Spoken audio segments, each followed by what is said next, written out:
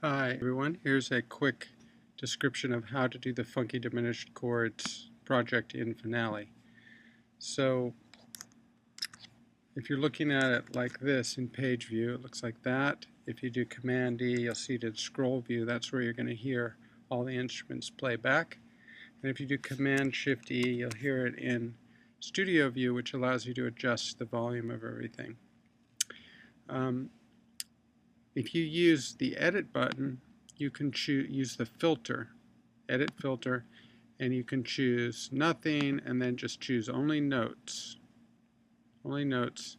Say OK, and that means you can copy and paste this rhythm, this entire staff rhythm. If you actually go to this page view and you just click to the left, it will choose the entire staff of notes, and you can just do Command C to copy.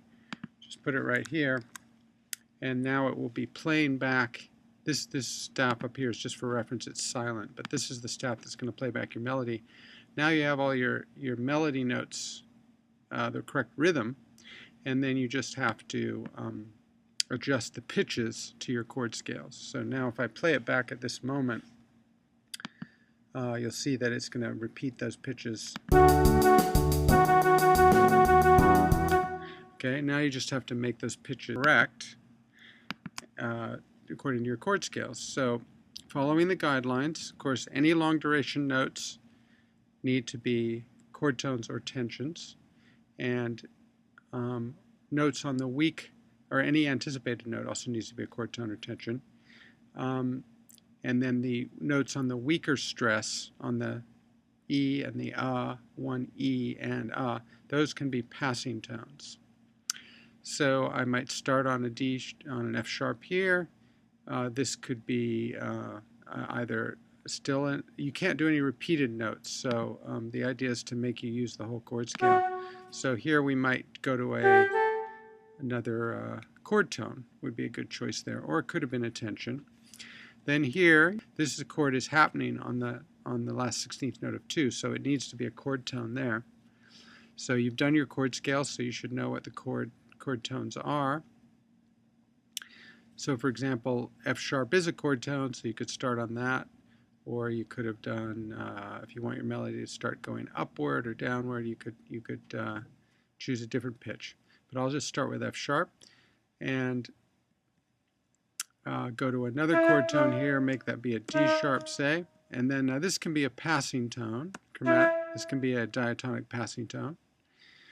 And then this could be another chord. This should be another chord tone or tension. This should be a passing tone. And this should be another chord tone. So that is actually the flat 5 of D sharp diminished. And this can be a passing tone. Try to keep your melody mainly stepwise. I could keep going up or I could go down.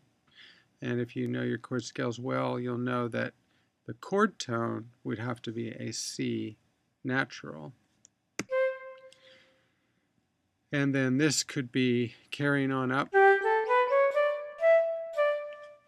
A D natural would give you T major 7. And now we've got to target a chord tone here.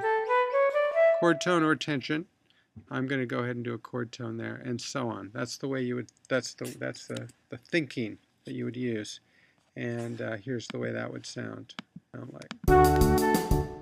Oops. Okay, and then if you don't like the way that's sounding, you can adjust it a bit, but just keep those principles in mind. So maybe we'll do something like, we'll go back down and we'll target a tension there. That would allow me to target an 11th. Maybe do something like that. Oops.